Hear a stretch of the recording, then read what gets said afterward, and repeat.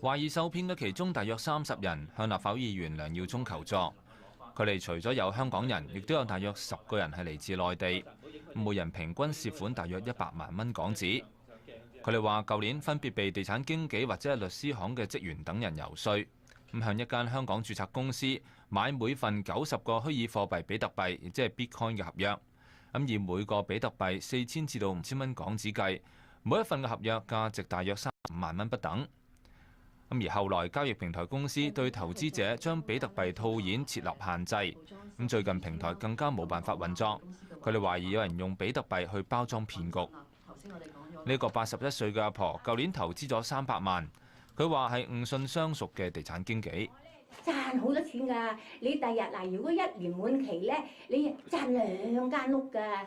2間屋咩屋啊？我話鰂魚涌啲樓仔咯，200-300萬嗰啲咯，你可以賺200零萬。我就係一個貪字咯。亦都有投訴人話，事後向公司追討嗰陣，有銷售人員同我哋話，如果想攞翻投資款項，就要引入更多嘅新投資者。梁耀忠估計有3000人受影響，涉款30億港元。星期三佢哋會到警察總部報案，佢又促請金管局監管比特幣嘅交易。